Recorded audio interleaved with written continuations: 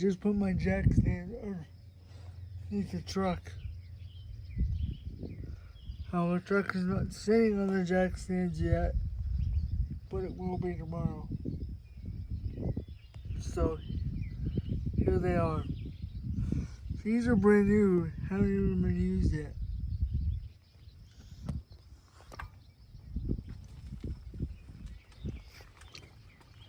These up here, on the front up here, have been used. These are all the way up the front, obviously.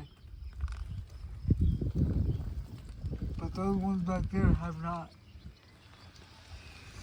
Because I am going to get ready to, once I have the air compressor removed, this rear axle. That's what's coming out next. So,